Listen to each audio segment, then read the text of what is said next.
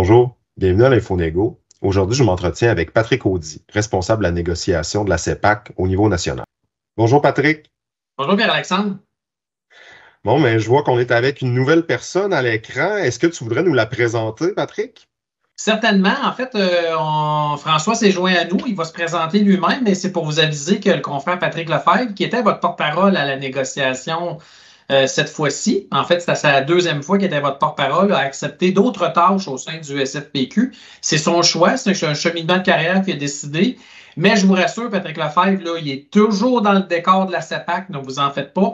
Mais on a changé récemment notre porte-parole à la CEPAC. Puis sans plus tarder, je vais laisser plutôt François parler de lui-même, ça va être plus facile. Ah, merci. Oui, bonjour. C'est ça, je pense que tu fais bien de le noter. Patrick va rester un peu dans mon alter ego que je dis souvent à des gens. Alors, moi, je me présente, François Morin. Je suis conseiller juridique au SFPQ depuis les 5 dernières années.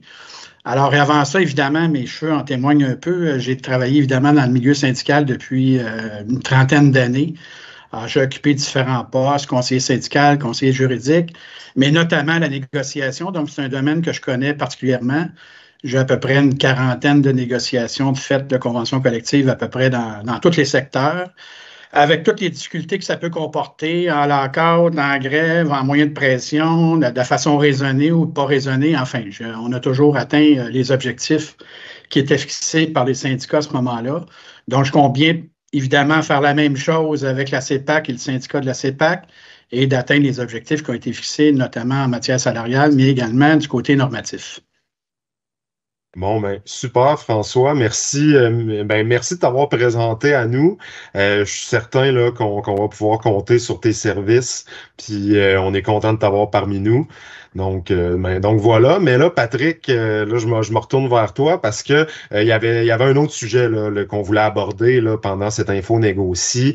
C'est la fameuse rate. Et je te laisse nous parler de ce qui s'est produit là, ou de ce qui se produit pas finalement avec la rate. Ouais, plutôt que ce qui se produit pas. La rémunération additionnelle temporaire là, que vous avez depuis quelques étés, elle n'a pas été reconduite. Si vous avez regardé vos courriels ou de la façon que vous recevez l'information de l'employeur, il vous a déjà présenté ça. Pourquoi ça n'a pas été reconduit? Ben, l'employeur en a juste pas fait la demande auprès du secrétariat du Conseil du Trésor. Ça, c'est la première des raisons.